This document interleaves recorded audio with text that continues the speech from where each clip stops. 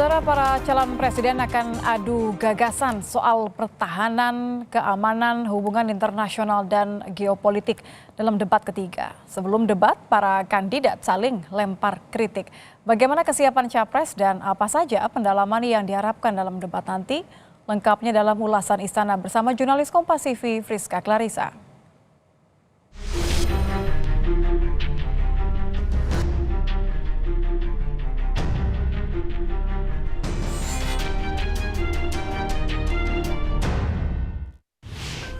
Debat ketiga Pilpres segera digelar. Para calon presiden Anies Baswedan, Prabowo Subianto, Ganjar Pranowo akan adu gagasan soal pertahanan, keamanan, hubungan internasional, hingga geopolitik. Lalu bagaimana kesiapan dan persiapan para kandidat menjelang debat yang akan berlangsung panas? Lengkapnya dalam ulasan Istana bersama saya, Friska Clarissa.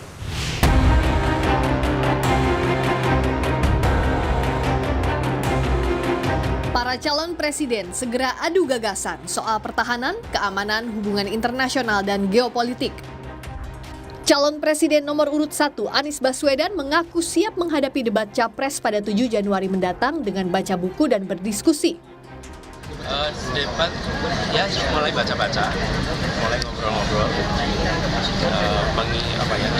merefresh memori kita tentang tema-tema yang nanti akan diangkat. Di sisi tim kampanye nasional Prabowo Gibran percaya diri, tema debat ketiga Pilpres nanti akan menguntungkan capres nomor urut 2 Prabowo Subianto yang berkarir lama di militer, sekaligus kini menjabat Menteri Pertahanan. Januari tentu Pak Prabowo sangat siap ya, karena bidangnya soal pertahanan dan geopolitik. Hal yang sangat Pak Prabowo pahami dan geluti sehari-hari selama puluhan tahun beliau berkarir di militer dan sekarang sebagai Menhan. Sementara capres nomor urut 3 Ganjar Pranowo mengaku mendapat masukan dari pendukungnya di Komisi 1 DPR jelang debat ketiga capres yang bahas soal pertahanan. Ganjar juga menyinggung pembelian pesawat bekas untuk pertahanan. Sangat optimis kan, kalau soal menguasai debat keputusannya sesuai enggak gitu aja. Ya. Dan kita tidak bisa lagi berbicara pertahanan kita tapi belinya pesawat bekas, enggak ada. Jelang debat, capres-cawapres saling melontarkan kritik, salah satunya soal alat utama sistem senjata atau alutsista. Di sela kegiatan kampanye di Demak, Jawa Tengah, capres nomor urut 3 Ganjar Pranowo menilai kebutuhan alutsista di Indonesia harus disiapkan serius, dibarengi dengan kesiapan prajurit TNI dari 3 matra darat, laut, dan udara. Ganjar juga menilai Indonesia punya kemampuan memproduksi alutsista sendiri. Kita bicara dari sisi alutsista dan kebutuhan dasar yang mesti terpenuhi, maka matra darat, laut, udara sekarang mesti kita siapkan sungguh-sungguh. Dan yang kita tanya adalah penggunanya. Jangan sampai penggunanya tidak siap. Maka kalau kita mau bicara transisi alutsista, maka transisinya jangan kejauhan karena peralatan alutsista makin hari makin modern. Yang kedua tentu kita berbicara soal industri pertahanan dalam negeri yang sebenarnya kita punya kemampuan. Kalaulah kebutuhan itu tinggi kan lebih baik produksinya juga ada di dalam negeri. Sementara dari pasangan calon nomor urut 1, Cawapres Muhaimin Iskandar menyindir soal utang Indonesia akibat pembelian alutsista. Muhaimin mempertanyakan negara tidak sedang perang tetapi membeli alat perang banyak. Muhaimin menilai utang lebih baik digunakan untuk pengadaan alat pertanian daripada alat perang. Nah, kalau kita nggak perang, kenapa kebanyakan utang beli alat perang? Lebih baik utang untuk beli alat pertanian. Pertahanan yang sesungguhnya adalah pangan, pertahanan yang sesungguhnya adalah kemampuan para petani untuk berproduksi. Itu sehingga insya Allah, bismillah, kita ini mau mengatasi yang paling dirasakan berat oleh rakyat, bukan mengatasi mimpi-mimpi yang lain.